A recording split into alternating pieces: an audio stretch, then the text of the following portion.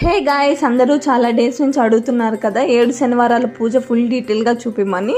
So నేను video అయితే upload చేశాను, వెళ్ళి చెక్అవుట్ చేసేయండి. 7 శనివారాల పూజ అనేది 7 వీక్సే చేయాలా, 9 వీక్స్ చేయాలా, 11 వీక్స్ చేయాలా అని కూడా చాలా మందికి డౌట్ ఉంటుంది కదా.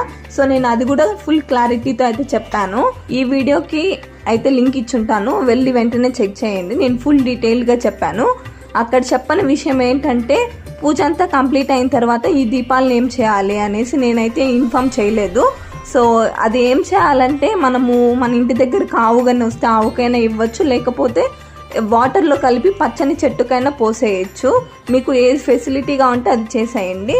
నేను ఎవ్రీ సాటర్డే పూజ చేసేటప్పుడు ఇలా గోవిందనామాలు అయితే చదువుకుంటాను. అలాగే 7 శనివారాలు పూజ చేసేటప్పుడు అయితే